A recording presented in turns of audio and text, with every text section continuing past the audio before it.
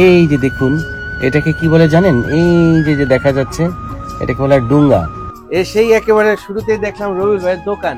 তো মজার বিষয় হচ্ছে যে এই দোকানটা কিন্তু পরিচালনা করছে ভাবি, অর্থাৎ রবিউল ভাইয়ের স্ত্রী। রবিউল ভাই, জি স্যার। এই আপনাদের এলাকায় ছোট ছোট পোলাপানরা কি বলে? বাচ্চা বলে।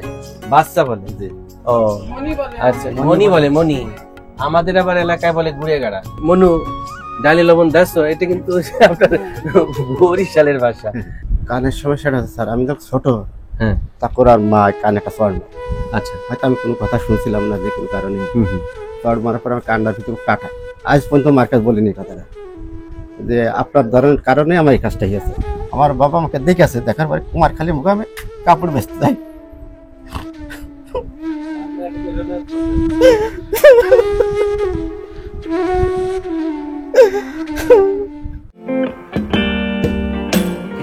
এই হচ্ছে আমার patience for in house team, অর্থাৎ আমার স্ত্রী, আমার মেয়ে এবং আমার ছেলে।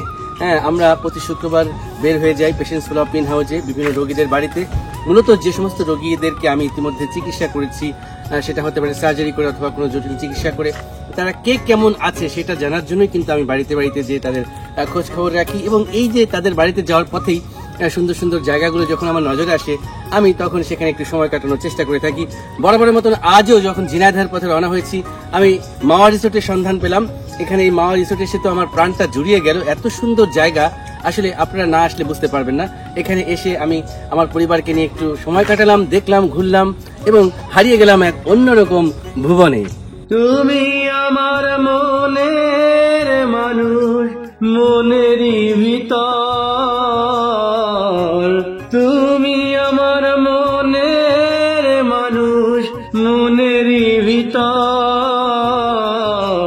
তুমি আমার জান বন্ধু, অন্তরের অন্তর।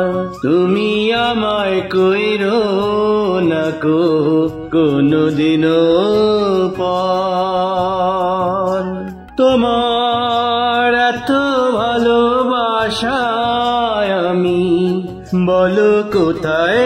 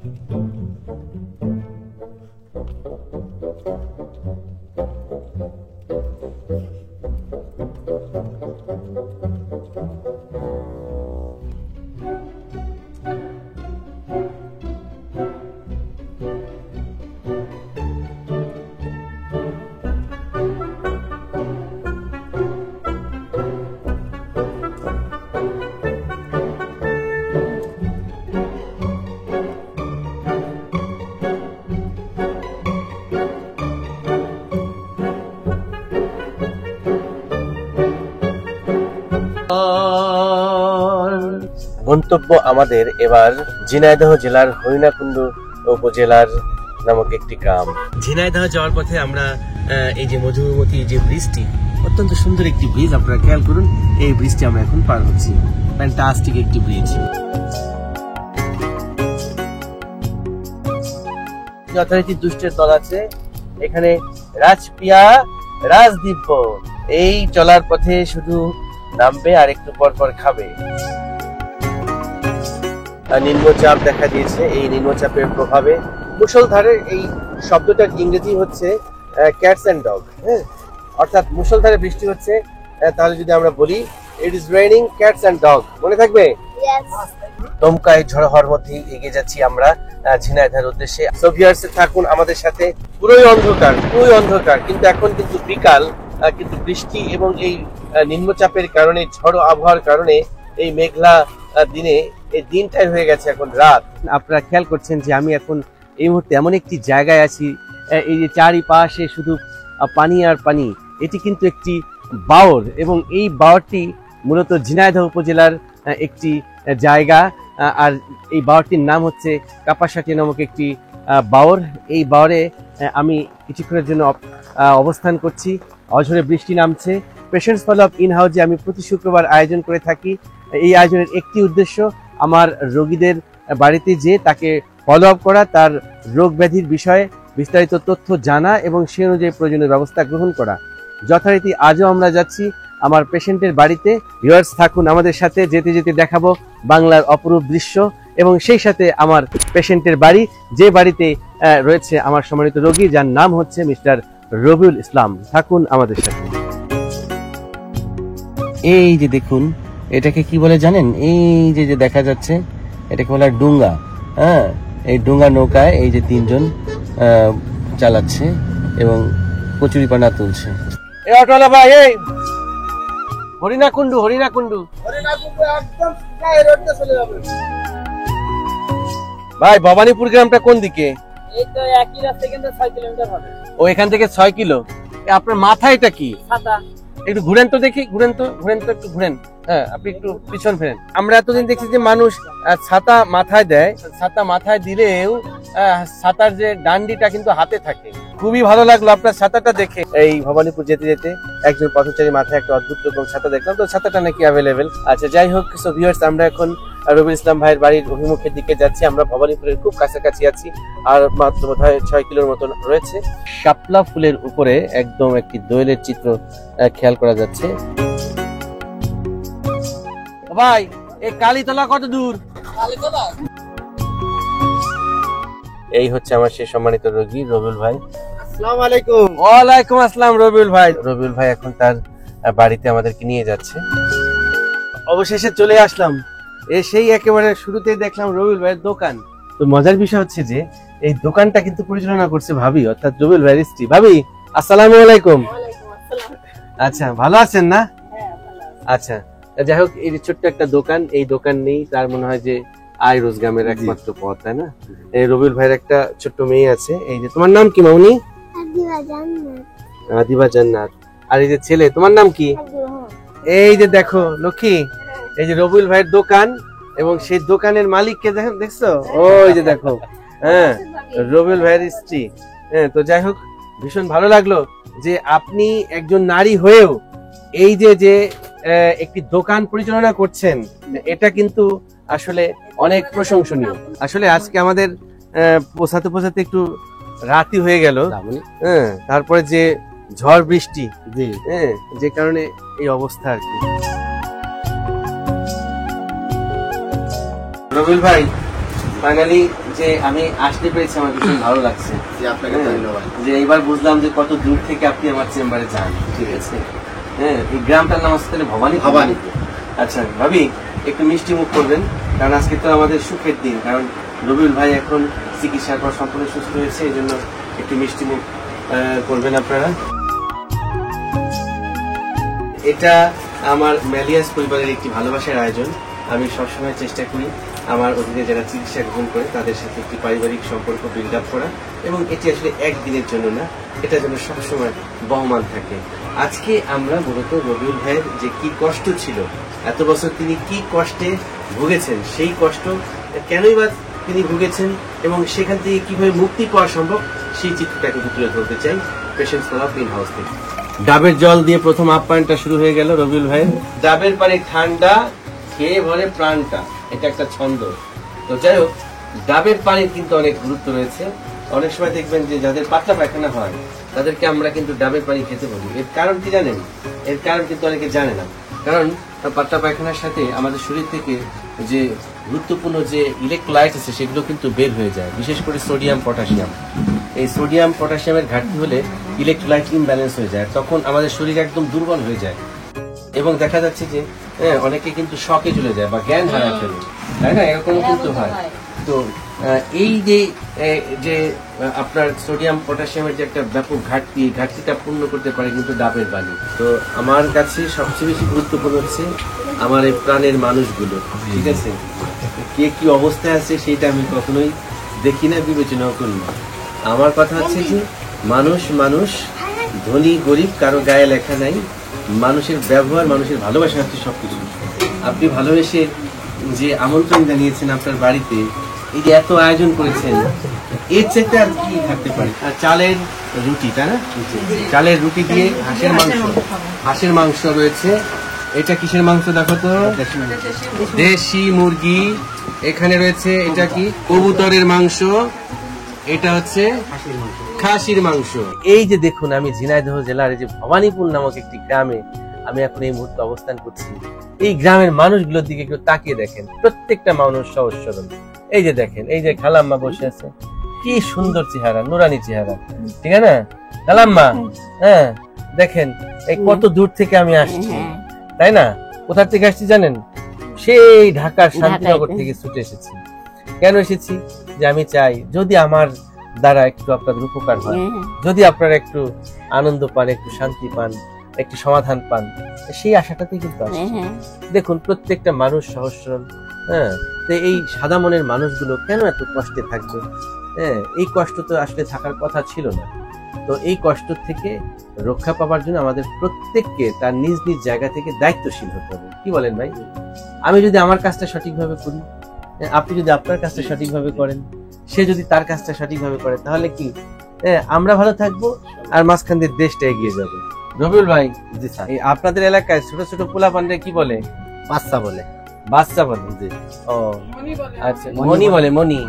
আমাদের আবার এলাকায় বলে ঘুরে গাড়া। ঘুরে গাড়া। হ্যাঁ, এই ঘুরে গাড়া যারা আছে সব এইখানে বসো। আমাদের এলাকায় মুড়ি আছে না? মুড়ি, মুড়িকে আমাদের ফরিদপুর অঞ্চলের মানুষ বলে উড়ুম। আপনারা কি বলেন? আমরা মুড়ি বলি। মুড়ি বলেন? জি। আচ্ছা, পেয়ারা আছে না? পেয়ারা। জি। পেয়ারাকে আমাদের এই যে ফরিদপুরের মানুষজন বলে গয়া। গয়া। আপনারা কি বলেন? আমরা পেয়ারাই বলি। তা আপনারা তো ভাষার দিক দিয়ে অনেক এগিয়ে আছেন। তো ভিউয়ার্স, আপনারা যে যে অঞ্চলে আছেন, এই যে মুড়িকে আপনারা কি বলেন একটু আঞ্চলিক ভাষায় ঝটপট কমেন্টস করে জানাবেন। পেয়ারাকে কি বলেন? আর এই যে পোলাপানদেরকে কি বলেন? আমরা বলি গুড়াগাড়া, এরা বলে হচ্ছে বাচ্চা। আর মনি বলে না? মনু ডালি লবণ দাস। এটা কিন্তু আপনার বরিশালের ভাষা। আমার কিন্তু ভীষণ ভালো লাগছে নতুন শাড়িটাতে, ঠিক আছে? এটা কিন্তু আপনার ম্যাডাম চয়েস করেছেন। ভাই এবং ভাবিকে এই নতুন পোশাকে অনেক সুন্দর লাগছে। ভিউয়ার্স, আপনাদেরও মতামত জানতে চাই, কেমন লাগলো আজকে এই প্রিয় পরিবারটিকে আপনাদের সামনে তুলে ধরলাম। এই মুহূর্তে আমি যদি একটু দুঃখের গল্প আপনাদেরকে শোনাই, নিশ্চয়ই আপনারাও একটু বিচলিত হয়ে যাবেন। এই রবিউল ভাইয়ের জীবনটাই আসলে দুঃখে গাথা। সে যখন আমার চেম্বারে আসে, সে এক প্রকার বলতে পারেন স্মৃতিচারণ করতে করতে তার এই চোখটা ভিজে গিয়েছিল। সে আমাকে জানিয়েছিল যে স্যার, আমি তো জন্ম থেকেই জ্বলছি। আমি বললাম যে কেন আপনি জ্বলছেন? বললো যে আমি 6 মাস বয়স থেকে আমি আমার বাবাকে হারিয়েছি। এই যে বাবা নাই যার, তার জীবনে যে কি কষ্ট, তার যে কি দুঃখ, এই পিতৃহীন মানুষটি জানে। এবং সে এখনো জানে না যে তার বাবা আসলে কোথায় আছে, কেমন আছে। একটি অনিশ্চয়তার মধ্যে কিন্তু এখনো তার প্রতিটি ঘন্টা, প্রতিটি ক্ষণ কাটে। কারণ তার বাবা যে আদৌ বেঁচে আছে না মারা গেছেন, সেটাই তিনি জানেন না। কি হয়েছিল আসলে রবিউল ভাইয়ের বাবার, একটু শুনতে চাই আপনার মুখ থেকে। আমার যখন 6 মাস বয়স, তখন আমার নানা আমার ডেলিভারি হতে আসে। আসার পরে আমার বাবা আমাকে দেখেছে, দেখার পরে কুমারখালী মুখে আমি কাপড় বেচতে যাই।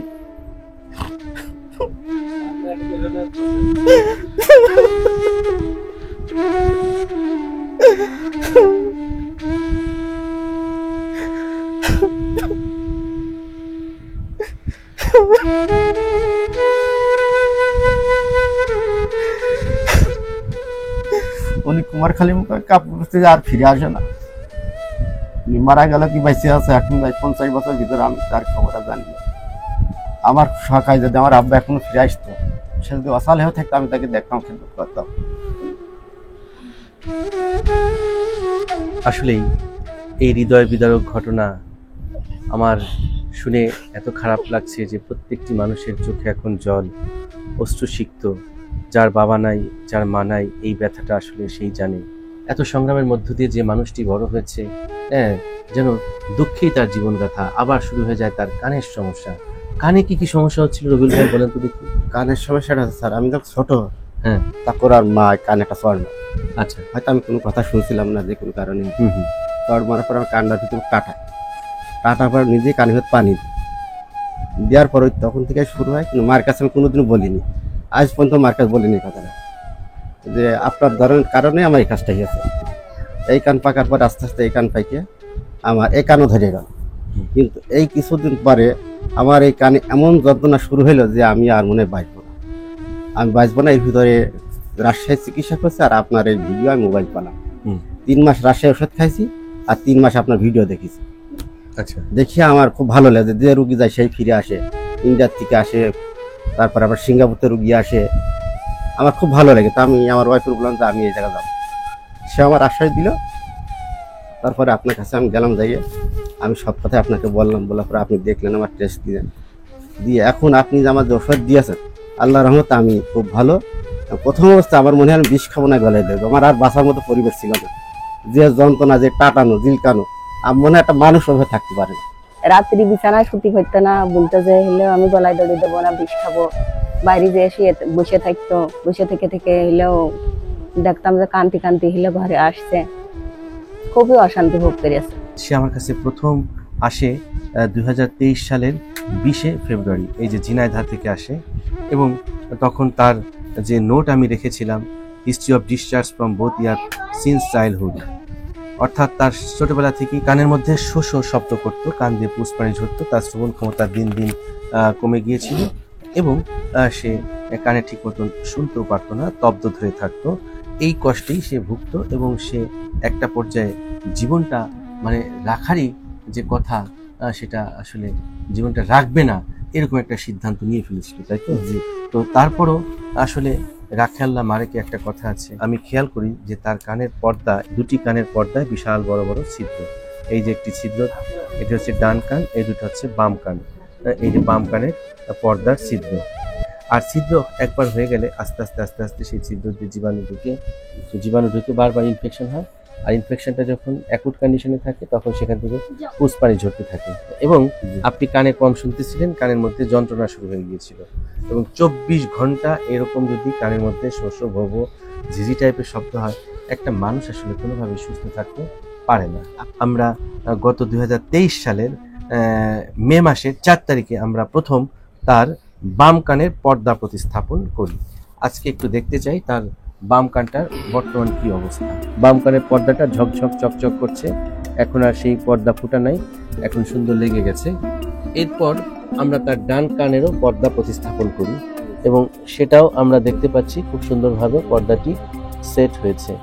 অর্থাৎ আমরা ব্যাক টু ব্যাক তার দুটি কানের পর্দা প্রতিস্থাপন করি। আমরা মূলত কানের যে গোড়া আছে, এই গোড়া দিয়ে একটি চিকন লাইন তৈরি করে ভিতরে ঢুকে যাই, ঢুকে পর্দা প্রতিস্থাপন করি।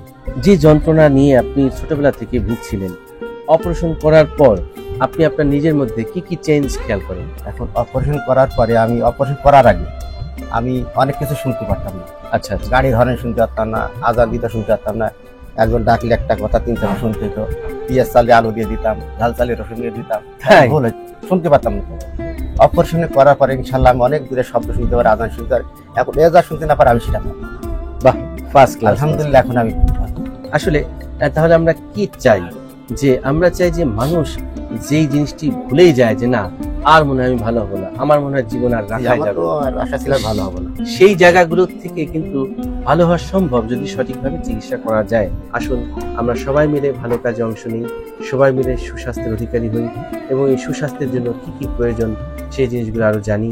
প্রয়োজন হলে এই ভিডিওগুলো আপনারা শেয়ার করে দিন আপনার পরিবারের অন্যান্যদের মাঝে, আপনার পরিচিতদের মাঝে, তাহলে তারাও এই ভিডিওগুলো দেখে সচেতন হবে, কারণ এই সচেতনতা করে আমাদেরকে মুক্তি দিতে। আপনাকে অনেক অনেক ধন্যবাদ যে আতিথ্যতা দেখালেন। হাতে কি এগুলো? হাতে এটা আছে আপনার চানাচুর ভাজা।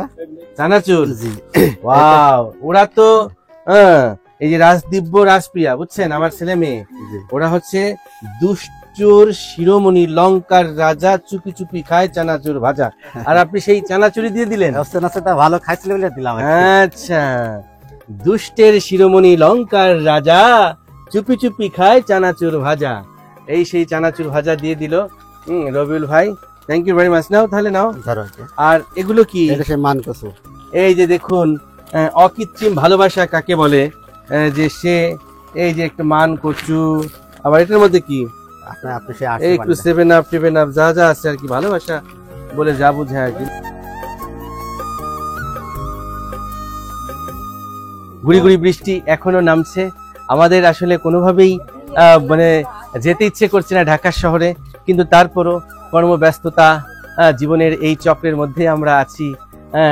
রাত পোহানোর সাথে সাথেই অফিস, তারপর আবার চেম্বার, শুরু হবে আবার একটি কর্মব্যস্ত দিন। তবে যতটুকু সময় কাটালাম রবিউল ভাইয়ের বাড়িতে আমাদের ভীষণ ভালো লাগলো। আমার মনে হয় যে এই স্মৃতিগুলো আমাদের হৃদয় মন্দিরে আজীবন থাকবে, যুগ যুগ অনন্তকাল। রবিউল ভাই ভালো থাকবেন। জি, আলহামদুলিল্লাহ। Many many thanks for your nice gifts.